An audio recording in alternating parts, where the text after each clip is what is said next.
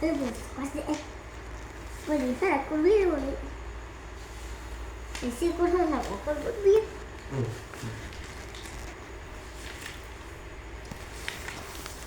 Tìm nhanh lên xong sang học ra, không có thời gian mà mày đứng đấy mà chật vật con này, sang tìm cho nó. Sang tìm củ giấy đây. Cả một buổi chiều bảo học không học.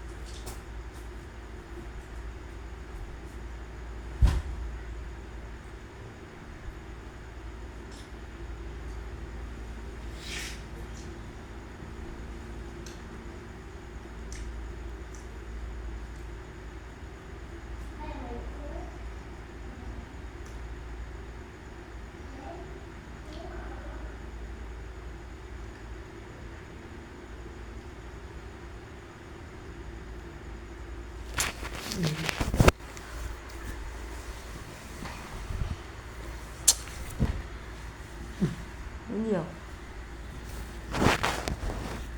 Tìm thấy chưa? Đi sang tìm.